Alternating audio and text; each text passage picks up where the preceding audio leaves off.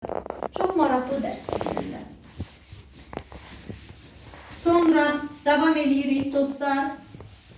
Əmr şəklini dedik. Deməli, əmr şəklində oldu. Formul, şəxs, kök və şəxs qısa yazıram. Xəbərlik şəkilçisi. Xəbər şəklinə keçirəm. Xəbər şəklində isə kökə və yaxud başlanğıc formaya birbaşa artırılan nə? Zaman şəkilçiləri. Zaman.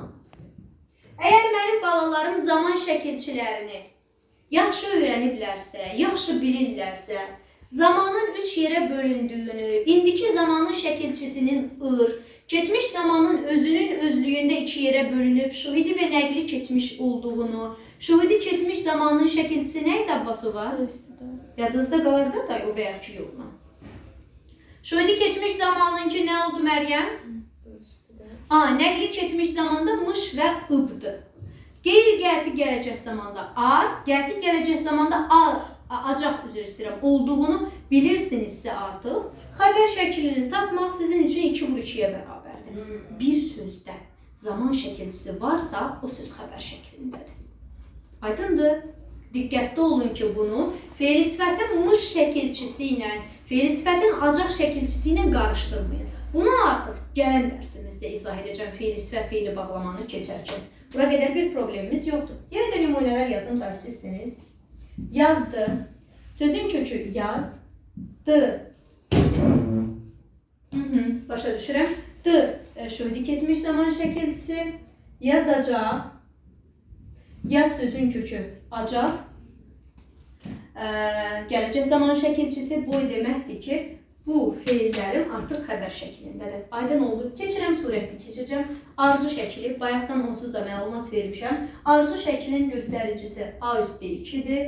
Feilin kökü və yaxud başlanğıc forması. Mən burada təkcə kökün şəklini çəkdiyimə baxmayın. Başlanğıc forma mütləq şəkildə ola da bilir, olmaya da bilir. Yəni yadınızda saxlayın ki, arzu şəkli, xəbər şəkli, əmr şəkli Ma üstü 2 inkar şəkilçisindən sonra ilk artırılan qrammatik şəkilçidir feilə. Bir sual meydana çıxar ki, o hansı şəkilçidir ki, leksik şəkilçidən sonra ən birinci o artırılır? Cavab ma üstü 2-dir. Əgər o söz inkardadırsa, ən birinci gələn şəkilçimiz məhz inkar şəkilçisi olacaq. Onun ardınca feilin xəbər şəklinin şəkilçisi, onun ardınca bəyəkki var idi, mürəkkəb idi imiş isə, ondan sonra şəxs xəbərli şəkilçisi gələ də bilir, gəlməyə də bilir. Artıq orada məsələlər fərqlidir. Gələn dəfə izahını verəcəm. Arzu şəkli də A üstü 2-dir. Arzu ədatları ilə işlənir. Belə bir sual meydana çıxır ki, o hansı feilin sadə şəkilləridir ki, ədatlarla işlənir? Əmr və arzu. Bunları birləşdirən bir nöqtələr var, onlar ədatlarla işlənir. Yadda qalar. Arzu ədatları hansılardır? Kaş, təki, barı. Okey? Davam edirik. Şərt şəklinin göstəricisi isə sağ üstü 2-dir. Gəlsə, oxusa, dursa, yazsa. Yadda qalar.